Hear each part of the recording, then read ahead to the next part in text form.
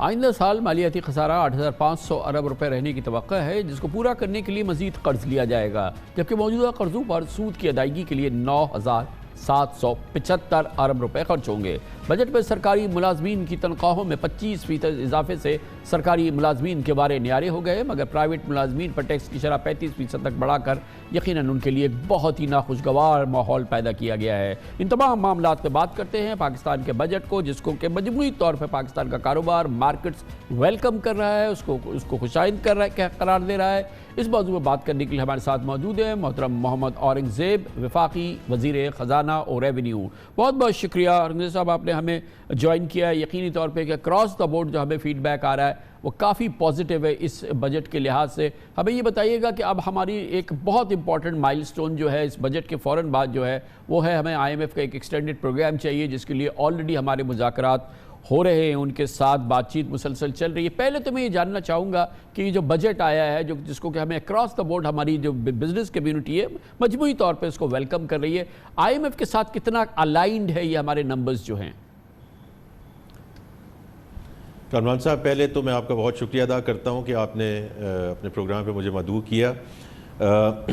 دیکھیے، میں غالباً آپ کے پروگرام پہ پہلے بھی کہہ چکا ہوں کہ جو ہمارا اوورآل ریفارم ایجنڈا ہے اس ایڈمنسٹریشن کا، اس کے 3 یا 4 اس کے کلیدی پلرز ہیں یا پہلو ہیں۔ ایک تو ہے کہ جو tax to G D P ہے، جہاں اس وقت ہم پھنسے ہوئے ہیں 9.5%، دیٹ از ناٹ سسٹینیبل، اس کو ہم نے 13-13.25% کی طرف لے کر جانا ہے۔ جو ہماری کمپلیکس انرجی ایکویژن ہے، اس میں پاور سیکٹر ریفارمز ہیں، گیس سائٹ کی ریفارمز ہیں، ان کو ہم نے صحیح سمت میں لے کے جانا ہے۔ The third one is the SOEs، جو کھربوں کا جو خسارہ ہے اس کو ہم نے کیسے کم کرنا ہے اور پرائیویٹائزیشن کو کیسے آگے لے کے جانا ہے۔ تو کامران صاحب، اس بجٹ سپیچ میں I hope you got the flavour کہ جو ریونیو کے میجرز ہیں اس پہ تو ہم آ جائیں گے، لیکن اس کو ہم نے براڈ بیسڈ تھیم لے کر چلنا ہے آگے کہ اگلے 3 سالوں میں ہم نے اس کو آگے کیسے لے کر جانا ہے، تاکہ جب فنڈ کا پروگرام ہو جائے تو انشاءاللہ یہ آخری پروگرام ہو اور ہم سسٹینیبلٹی کی طرف بڑھیں۔ تو جو آپ کا سوال ہے وہ بالکل درست سوال ہے کہ یہ ساری جو ترجیحات ہماری ہیں، پاکستان کی ہیں، are they aligned with what the discussions that we have had with IMF جب وہ 8-10 روزوں کے لیے تھے؟ تو دیکھیں، ڈیٹیلز تو اپنی جگہ ہوں گی، کچھ اوپر کچھ نیچے، بٹ براڈلی میں آپ کو کنفرم کر سکتا ہوں کہ we are very aligned on these themes as we go forward۔ Very interesting, very important, but یہ بھی فرمائیے گا کہ اب اگلا قدم کیا ہے اس حوالے سے؟ IMF کے حوالے سے میں پوچھ رہا ہوں، کیونکہ بہرحال یہ بہت ہی کلیدی ہمارے لیے، ہماری معاشی ترقی کے لیے، ہمارے لیے بہت ہی امپورٹنٹ ہے کہ اب ہم نے یہ بجٹ پیش کر دیا ہے۔ IMF کے ساتھ مسلسل آپ کے پہلے مذاکرات ہو رہے تھے، پھر ورچوئل مذاکرات ہوتے رہے، پرہیپس بالکل ایک الائنڈ سلسلہ چل رہا ہے۔ اب اگلا قدم کیا ہے؟ کامران صاحب، اب اس میں یہ جو بجٹ تھا، جیسے آپ نے ذکر کیا، دس واز این امپورٹنٹ مائل سٹون ان آر جرنی، کیونکہ جو بھی ان کے ساتھ بات چیت ہوئی ان میں سے ان چیزوں کو اس بجٹ میں بھی ریفلیکٹ ہونا تھا۔ At the same time, as I keep on seeing, کہ ہمارا جو ہوم گرون ایجنڈا ہے وہ ہمیں کہہ رہے ہیں کہ اس کو بھی ایڈ کر لیجئے، اس میں کوئی کانفلکٹ نہیں ہے، لیکن دس واز این امپورٹنٹ مائل سٹون جس کو وہ ریویو کرنا چاہیں گے۔ اس کے علاوہ ہماری کچھ ان کے ساتھ گفت و شنید چل رہی ہے کچھ اور پہلوؤں پہ بھی۔ تو یہ جو ورچوئل مذاکرات ہیں وہ کامران صاحب اس وقت چل رہے ہیں، and I think these will continue during the month of June. تو انشاءاللہ ہمیں امید پوری ہے کہ چونکہ ایک مثبت پیش رفت ہو رہی ہے کہ by early July we should be looking at the broad contours of a staff level agreement انشاءاللہ۔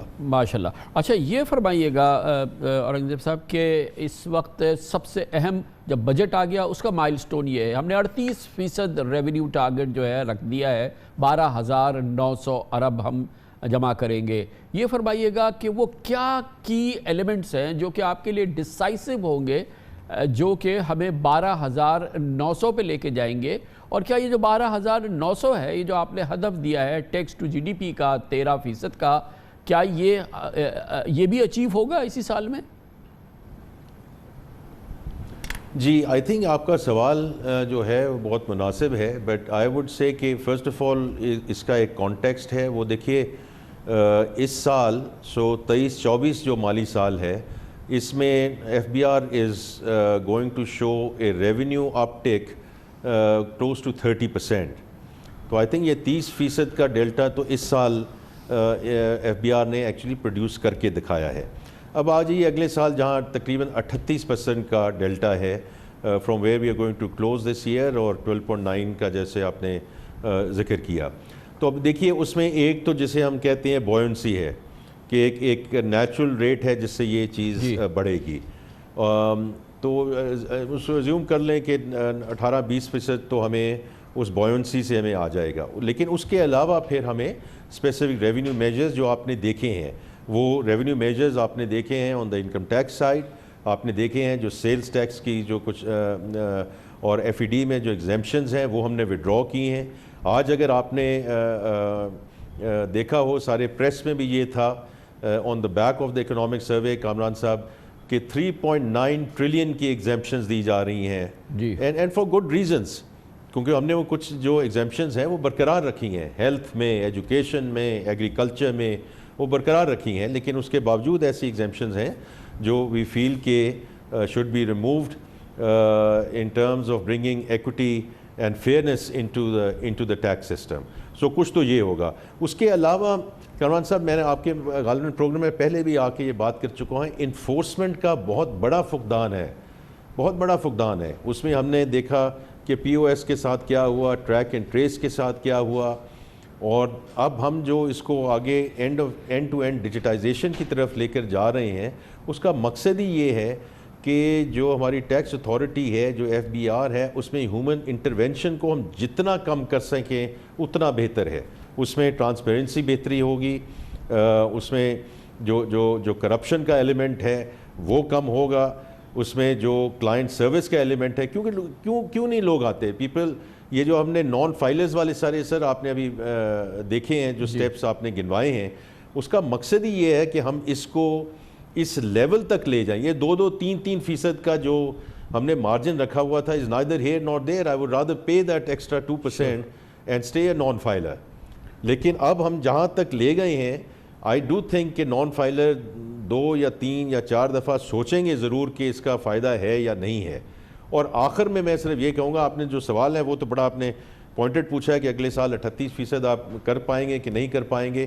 میرا اپنا آئی ایم ویری آپٹمسٹک جی کہ انشاءاللہ as we plug these loopholes, we have the additional measures in place, we are bringing additional sectors into the net.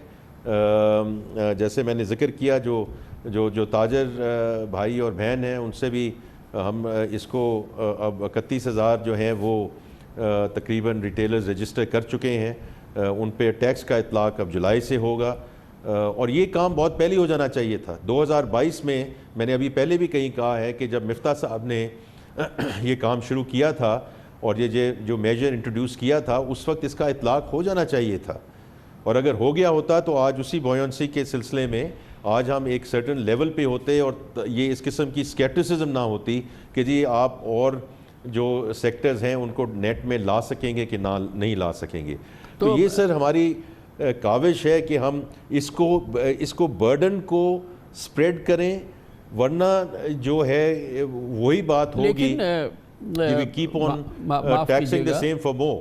اور یہ دیکھیں، میں آخری بات کہنا چاہتا ہوں بیکاز آئی تھنک اس میں کامران بھائی اگر آپ مجھے اجازت دیں کہ جو سیلریڈ کلاس کو اس دفعہ ہم نے پروٹیکٹ کیا ہے، جو ان کا 6 لاکھ کا جو سیگمنٹ تھا جس پہ کوئی ٹیکس لاگو نہیں ہوتا، وہ اپنی جگہ برقرار ہے. جو میکسیمم سلیب ہے اس کو ہم نے نہیں بڑھایا.